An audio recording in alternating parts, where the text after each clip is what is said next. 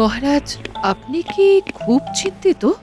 জানি, আমি খুব চিন্তিত। মানে এই নবাবের কাছে খাজনা বাকি পড়ে গেছে। আচ্ছা, এই রকম অবস্থায় আমি কি করব বলো তো? সামনে আবার কালী পুজো, আলোর উৎসব। এইবার আবার খরাতে চাষাবাদ কিছুই হয়নি, ঘরে ঘরে অভাব। তাই নবাবের খাজনা যে কিভাবে জোগাড় করব? নবাব বাহাদুর অবুঝ নন মহারাজ, বোঝালে উনি নিশ্চয়ই বুঝবেন। ওই তো আমি মন্ত্রীকে বুধবার পাঠাচ্ছি। মহারাজ, আমার একটা কথা শুনবেন? বলো রানী, নিশ্চয়ই শুনবো। মন্ত্রী নয়, আপনি গোপালকে পাঠান। কেন রানী, মন্ত্রীর প্রতি কি তোমার বিশ্বাস নেই?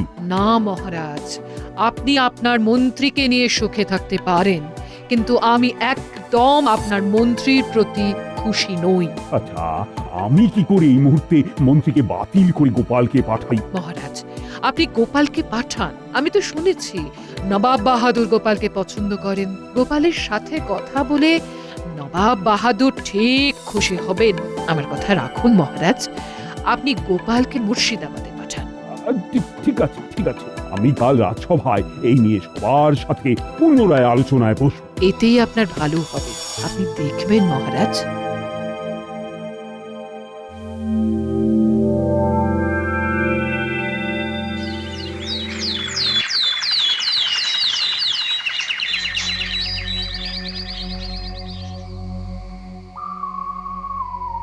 মহারাজ, মুর্শিদাবাদ থেকে নবাবের দূত এসেছেন।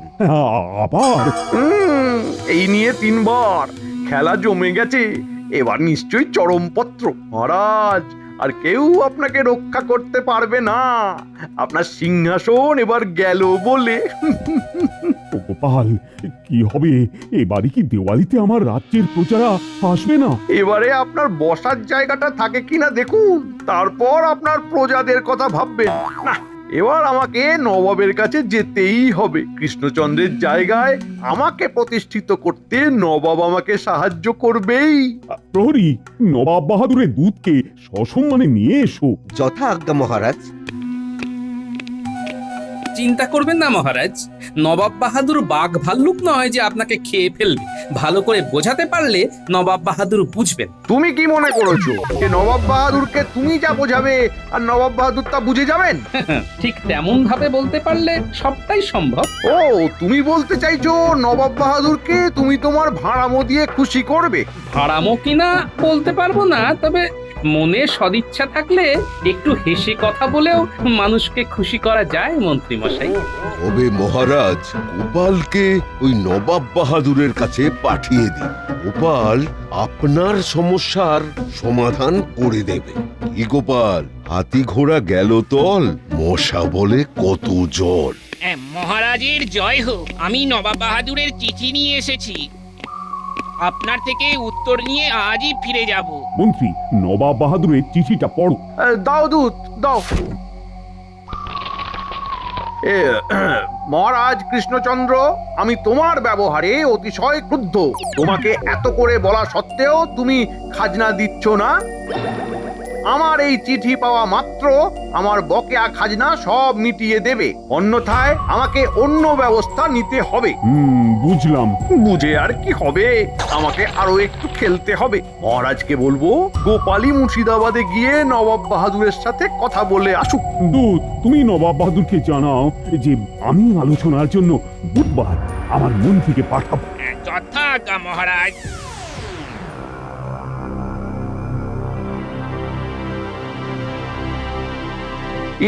মহারাজ, নবাব বাহাদুরের চিঠির যা ধরন দেখলাম, তাতে আলোচনাতে কোনো লাভ হবে বলে মনে হচ্ছে না। মন্ত্রী মশাই, আমি বলছি কি, আমরা যদি আমাদের অসহায় অবস্থার কথাটা নবাব বাহাদুরকে বোঝাতে পারি, তবে নবাব বাহাদুর ঠিক বুঝবে। আমরা বুঝবে? বেশ তো, বেশ তো। তোমার যদি এতটাই নিজের ওপর বিশ্বাস থাকে, তবে তুমি নবাব বাহাদুরের কাছে গিয়ে আমাদের অভাবটা জানাও। খুব ভালো গোপাল, তুমি চলে যাও। তোমার এই বিশ্বাস আমাদের সত্যিকারের সাহায্য করবে। রাজ্যতীষী, একটু গণনা করে দেখো দেখি, গোপাল কি আমাদের রাজ্যের জন্য কোনো শুভ খবর আনতে পারবে? গোপাল, আমাদের সকলের শুভেচ্ছা রইল। মহারাজ, আপনি চিন্তা করবেন না, আমি নবাব বাহাদুরকে বোঝাবো।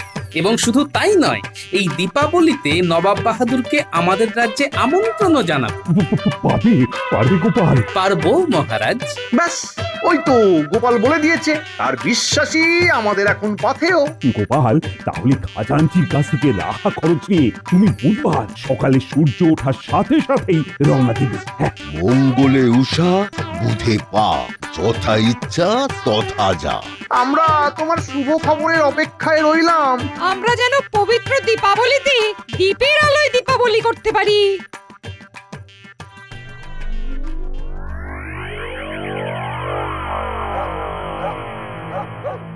গোপাল দাদু, এবারে পুজোটাও খুব বাজে ভাবে কেটেছে, আবার দীপাবলিও খুব বাজে ভাবেই কাটবে। এবার আমরা ফুলঝুরি রং মশাল জ্বালাবো না।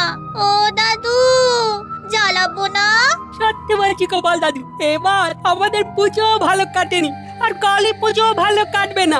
আমি মুর্শিদাবাদ থেকে ফিরে আসি, তারপর দেখ না কি হয়। হ্যাঁ গো, তুমি কবে যাবে মুর্শিদাবাদ? বুধবার সকালবেলা একটু ভোর ভোর রওনা দেবো, বুঝলে? হ্যাঁ গো, মন্ত্রী মশাই থাকতে তোমাকে মহারাজ পাঠাচ্ছেন যে? মন্ত্রী মশাই নিজেই আমাকে যেতে বললেন, তাই জন্যই বিষয়টা খুব কঠিন, বুঝলে? তবু আমার উপর পূর্ণ বিশ্বাস রেখেই আমি যাচ্ছি। তোমাদের সবার জন্য ভালো খবর আনবো। আর তোদের সবাইকে বলি, আমাদের কৃষ্ণনগরের সবচেয়ে বিখ্যাত কি? কৃষ্ণনগরের সবচেয়ে বিখ্যাত হলো সরভাজা আর মাটির পুতুল। দুটোই ঠিক।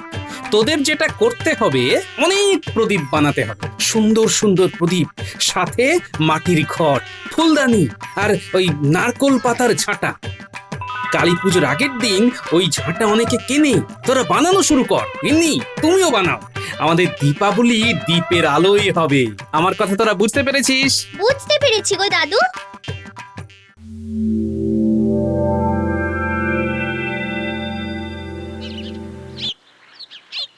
গোপাল দাদা, ও গোপাল দাদা, তুমি যেটা বলেছিলে সেটা নিয়ে এসেছি। দাও ভোলা ময়রা, দেখো নবাবের কাছে যেন আমাদের কৃষ্ণনগরের নাম না খারাপ হয়। এটা খোলা ময়দার তৈরি সরভাজা। এর স্বাদের কোনো তুলনা হবে না। ঠিক আছে ভোলা, আমি মুর্শিদাবাদ থেকে ফিরে তোমার সাথে দেখা করব, কেমন?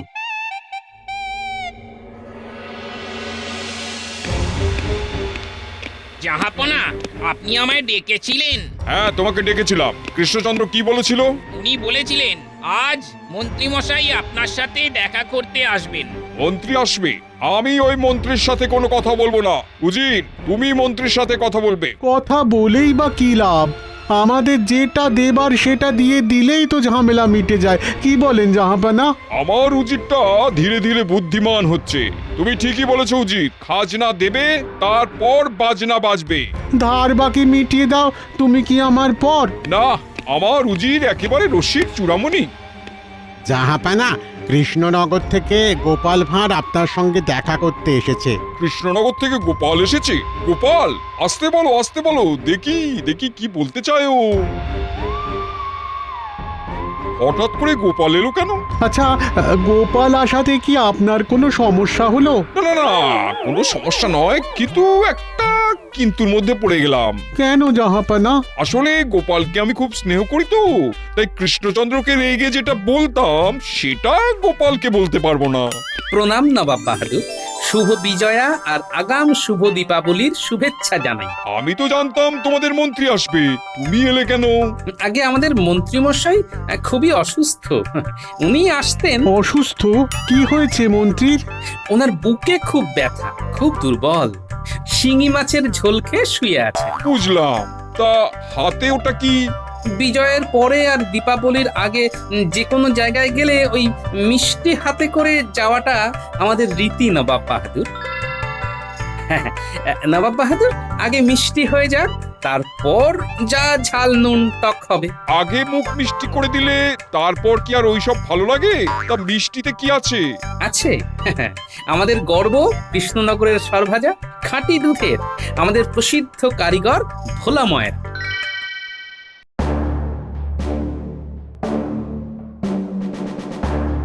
রাজ্যতীষী, তুমি ঠিকঠাক গণনা করে দেখো তো আমার কৃষ্ণনগরের ভাগ্যে কি আছে।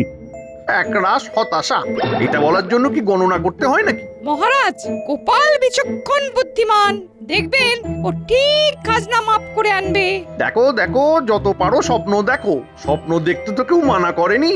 আমি কাল একবার লুকিয়ে মুর্শিদাবাদ যাব, নবাব বাহাদুরের সাথে কথা বলতে হবে। ও মন্ত্রী, তুমি কিছু বলো, মানে কি মনে হচ্ছে? আমার তো মনে হচ্ছে গোপালের কপাল ফাটাচ্ছে। কি গো, চুপ করে গেলি? শুভ কিছু বলো। কপাল ফাটাচ্ছে। হ্যাঁ, কপাল ফাটাচ্ছে? মানে কে কার কপাল ফাটাচ্ছে? না, মানে গোপাল তো অনেক বুদ্ধি ধরে, সেই বুদ্ধির ঠেলায় নবাব বাহাদুরের এখন কপাল ফাটছে। ব্যাস ব্যাস, বুঝেছি। আরো বলতে হবে না। ও, গোপাল যদি কোনো মতে আমার এবারের খাজনাটা মাফ করিয়ে আনতে পারে, ব্যাস, তবে দিওয়ালিতে সবাইকে নিয়ে খুব আনন্দ করব। আর তার সাথে মা কালীর পুজো। বাহ বাহ বাহ বাহ, কৃষ্ণনগরের সরভাজা তো দেখছি অসাধারণ। থাকবে না নবাব বাহাদুর, আস্তে আস্তে আস্তে আস্তে সব ধ্বংস হয়ে যাবে। কৃষ্ণনগরের সব কিছু আজ ধ্বংসের মুখে। আমাদের আমাদের মা বোনেরা যে মাটির প্রদীপ, মাটির ঘট, সুন্দর সুন্দর ফুলদানি বানাতো, সব শেষ, সব শেষ। কেন গোপাল, কি সমস্যা? একবার অতিবৃষ্টি, একবার অনাবৃষ্টি, আমাদের রাজ্যটা শেষ হয়ে গেছে। তবুও এরই মাঝে মহারাজ যথাসম্ভব করে যাচ্ছেন যাতে আমাদের দরিদ্র মানুষগুলো দুবেলা দুমুঠো খেতে পায়। উজির, এ কি শুনি? এই রকম অবস্থা তো জানতাম না। উজির, তুমি কি খবর রাখো না? আমার কাছে তো খবর ছিল জাহাপানা। তোমার কাছে খবর থাকলে তুমি আমায় বলনি কেন? তাহলে কৃষ্ণচন্দ্রকে খাজনার জন্য এভাবে চাপ দিতাম না। আর কৃষ্ণচন্দ্রকেও বলিহারি আমাকে তো পত্র দিয়ে জানাতে পারতো। মহারাজ খাজনা না দিতে পারার জন্য খুবই লজ্জিত নবাব বাহাদুর। খাজনার টাকায় কত জনহিতকর কাজ হয়, সেসব কাজ তো বন্ধই রইল। কৃষ্ণচন্দ্র তো খুব বোকা, আগে তো নিজের রাজ্যকে দেখবে, তারপর তো সব। এর মধ্যে আমাদের উৎসব দীপাবলি এসে গেছে, দুর্গাপুজো হয়ে গেছে, গরিব প্রজাদের ছেলে মেয়েদের গায়ে নতুন পোশাক ওঠেনি নবাব বাহাদুর। এবারে দীপাবলি, আমাদের কৃষ্ণনগর একেবারে অন্ধকারে থেকে গেল। আর বলো না বলো না, এই খুব কষ্ট হচ্ছে। উজির, আমি এই সব খবরগুলো পাই না কেন? তোমরা বেতন পাও তো দেশের খবর আমাকে দেওয়ার জন্যে। ভুল হয়ে গেছে জাহাপানা। গোপাল, আমি কৃষ্ণচন্দ্রের সমস্ত খাজনা মাফ করলাম। মহারাজ খুব চিন্তায় ছিলেন, আমি গিয়ে মহারাজকে চিন্তা মুক্ত করব। তুমি কি আজই কৃষ্ণনগর ফিরে যেতে চাও গোপাল? হ্যাঁ নবাব বাহাদুর, একটা অনুরোধ করব নবাব বাহাদুর। হ্যাঁ হ্যাঁ, করো করো গোপাল, নির্ভয় করো নির্ভয় করো। আমি মহারাজের তরফ থেকে আপনাকে কি দীপাবলিতে আমন্ত্রণ জানাতে পারি? আপনি আর উজির আমাদের কৃষ্ণনগরে এসে আমাদের সাথে দীপাবলি অনুষ্ঠানে যোগদান করবেন। ঠিক আছে গোপাল, আর তার সাথে তোমাদের মাটির তৈরি প্রদীপ, পুতুল, ঘট, ফুলদানি আমি আমার মুর্শিদাবাদের বাজারে বিক্রির একটা ব্যবস্থাও করব। আপনাকে অনেক অনেক ধন্যবাদ নবাব বাহাদুর। বুঝলি, এখানে কিন্তু ব্যাপার খুব ঘেঁটে আছে। মহারাজের অবস্থা ভালো নয়। যখন তখন মহারাজের বিরুদ্ধে নবাব বাহাদুর কলকাঠি নাড়তে পারে। কেন? আরে খাজনা বাকি পড়ে আছে। আমি তাই বাজনা বাজাতে যাচ্ছি মুর্শিদাবাদ। তাই তাই আমি তোদের একটু চোখ কান খোলা রাখতে বলেছি। চোখ আর কান খোলা রাখতে হবে? তার মানে তো গল্প আছে। আরে তা তো আছেই, তা তো আছেই, অল্প অল্প গল্প আছে। বটা, গল্প যতই অল্প হোক না কেন, আমাদের ওই খাটুনিটা কিন্তু মোটেই অল্প নয়। সেটা তো একদম সঠিক বলেছিস। তোরা কি বলতে চাইছিস একটু পরিষ্কার করে বল। কি আর বলবো, সবই তো বোঝেন। আমাদের দুঃখের গল্প কি আর অল্প কথায় শেষ হয়? আপনার ওই অল্প গল্পের জন্য আমাদের কিছু অল্প করে খুশি করলে চোখ কান খোলা রাখতে ভীষণ সুবিধে হয়। নইলে কান শুনতে ধান শুনবো। বুঝেছি বুঝেছি, শুধু শুধু কৃষ্ণনগরের সিংহাসনটা আমাকে পেতে দে, তারপর দেখবি কত ধানে কত চাল হয়। তোদেরকে দূর করে দেব। এটা কি আমাদের অল্প করে ধমকালেন মন্ত্রী মশাই? তাহলে চল ঘরটা, আমাদের এই গল্প শুনে লাভ নেই, আমরা অল্প করে খেয়ে শুয়ে পড়ি। আরে আরে আরে, রেগে যাচ্ছিস কেন? সবটাতে শুধু মাথা গরম, দুষ্টু। এই নে তোদের চোখ কান খুলে রাখার জন্য এই একটা করে মোহর দিলাম। বটা, বল ঘটা, একটা মোহরে দুটো জিনিস কি কিভাবে খুলে রাখবো বলতো? মন্ত্রীমশাই, আপনি দিচ্ছেন একটা করে মোহর আর বলছেন চোখ আর কান খোলা রাখতে, এ কি করে সম্ভব, ঠিক কি না? আরে ঠিক আছে, ও তোদের তোদের আরো একটা করে মোহর দিচ্ছি। বেটা, চোখ আর কান খুলে রাখার জন্য ঠিক আছে, কিন্তু মুখ বন্ধ রাখবি। কেউ যদি মন্ত্রীমশাইকে ভয়ঙ্কর কটু কথা বলে, তুই কিন্তু কিছুই বলবি না, শুধু শুনে যাবি, কেমন? ও আচ্ছা আচ্ছা আচ্ছা আচ্ছা, এই নে তোরা তোরা তোদের মতো কাজ কর। হ্যাঁ, আমি চললাম। হ্যাঁ, আপনি নিশ্চিন্তে ঘুরে আসুন।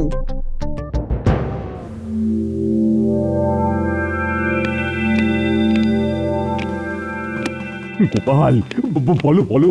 আরে তোমার কথা শুনবো বলেই তো আমরা সবাই বসে আছি। মহারাজ, নবাব বাহাদুর খাজনা মাফ করে দিয়েছেন। কি বলছো কি? হ্যাঁ, তুমি তো অসম্ভবকে সম্ভব করলে। মহারাজ, মন্ত্রী মশাই কোথায়? এই খবরটা তো মন্ত্রী মশাইকে দেব বলে ছুটে ছুটে আসছি। মন্ত্রীমশাই একটা বিশেষ কাজে বাইরে গেছেন, তা তুমি শেষ পর্যন্ত করতে পারলে? না করার কি আছে বিজ্ঞানী? একটু ভালো কথা তো সবাই পছন্দ করে, আর মানুষকে যদি বোঝাতে পারো তবে সব সমস্যার সমাধান হয়ে যাবে। মহারাজ, তাহলে এবার আনন্দ করুন। আরেকটা কথা, দীপাবলি আরো সুন্দর হবে। কিভাবে? নবাব বাহাদুর আসছেন আমাদের কৃষ্ণনগরে দীপাবলি পালনে, আর উনি দীপাবলির জন্য 1000 সোনার মোহর পাঠিয়েছেন। গোপাল বাজি মাত করে দিল।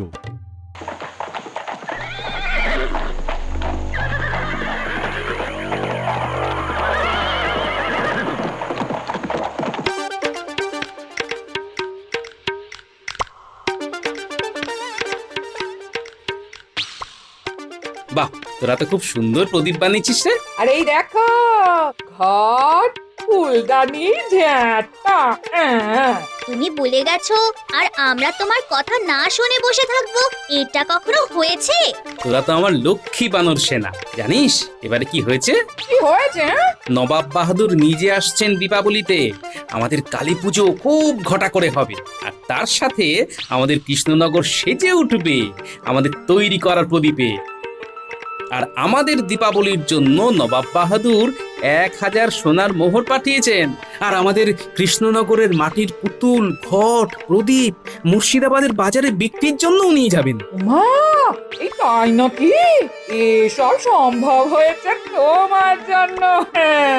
না গিন্নি, সব হয়েছে আমাদের সবার চাওয়ায়। বাহ দাদু, তাহলে এবারে আমাদের নতুন জামা হবে। হবে হবে। জয় নবাব বাহাদুরের জয়! জয় নবাব বাহাদুরের জয়!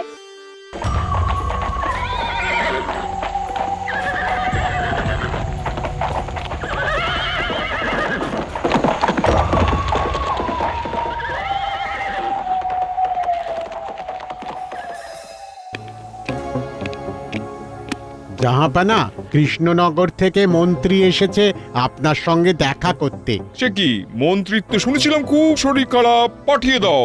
কি ব্যাপার জাহাপানা, মন্ত্রী কেন এলেন? সেটা তো আমারও প্রশ্ন। প্রণাম নবাব বাহাদুর। তোমার তো খুব শরীর খারাপ মন্ত্রী, তুমি এলে কি করে? আমার শরীর খারাপ কে বললো? গোপাল। আসলে আসলে গোপালকে একটু দেখতে চেয়েছিলাম, মাপতে চেয়েছিলাম। মহারাজ তো তার উৎসব নিয়ে আছে, এদিকে আপনার খাজনা দেওয়ার ইচ্ছা নেই। আপনি ঠিক করেছেন নবাব বাহাদুর, আপনি খাজনা মাফ করবেন না। প্রহরী, মন্ত্রীকে কারারুদ্ধ করো। কেন কেন নবাব বাহাদুর? তুমি গোপালকে মাপতে গিয়েছিলে, গোপাল তোমাকে মেপে খাজনা মাফ করে কৃষ্ণনগর চলে গেছে। তোমার মতন বেঈমানকে বাইরে রাখা ঠিক নয়। এই প্রহরী, নিয়ে যাও কারাগারে। আমাকে আমাকে বাঁচান, বাঁচান। আমার কাছে বেঈমানের কোনো ক্ষমা নেই।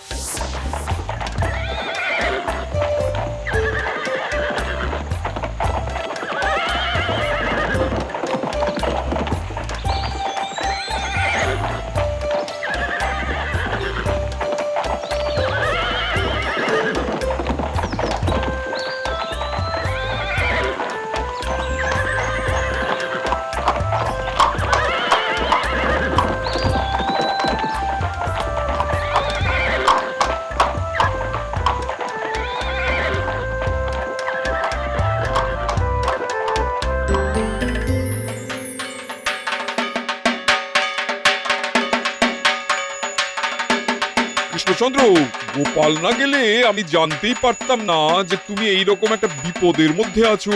তোমার মন্ত্রী একটা ষড়যন্ত্রী, ও তোমার বদনাম করার জন্য মুর্শিদাবাদে গিয়েছিল। আমি ওকে আমার কারাগারে বন্দি করেছি। ঠিক ঠিক করেছেন নবাব বাহাদুর। দেখেছেন নবাব বাহাদুর, আমাদের রাজ্য কিরকম মাটির প্রদীপের আলোয় সেজে উঠেছে। এই সব মাটির প্রদীপ এই এরা বানিয়েছে। বাবা, তোমাদের মাটির কাজের নাম তো জগৎ জুড়ে আছে। আমি তোমাদের এই প্রদীপ মুর্শিদাবাদে নিয়ে যাব। ওখানকার মানুষও তোমাদের এই প্রদীপ নিয়ে তাদের উৎসব সাজিয়ে তুলবে। দ্বীপের আলোয় দীপাবলি। আজ না হয় আমরা আতশবাজি পোড়ালাম না? ঠিক বলেছ গোপাল।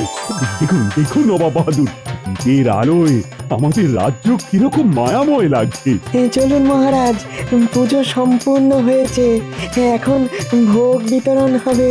হ্যাঁ, আর তার সাথে আমার প্রজাদের নতুন জামা কাপড় দেওয়া হবে। আর এই দান সম্ভব হয়েছে শুধুমাত্র আমাদের নবাব বাহাদুরের জন্য।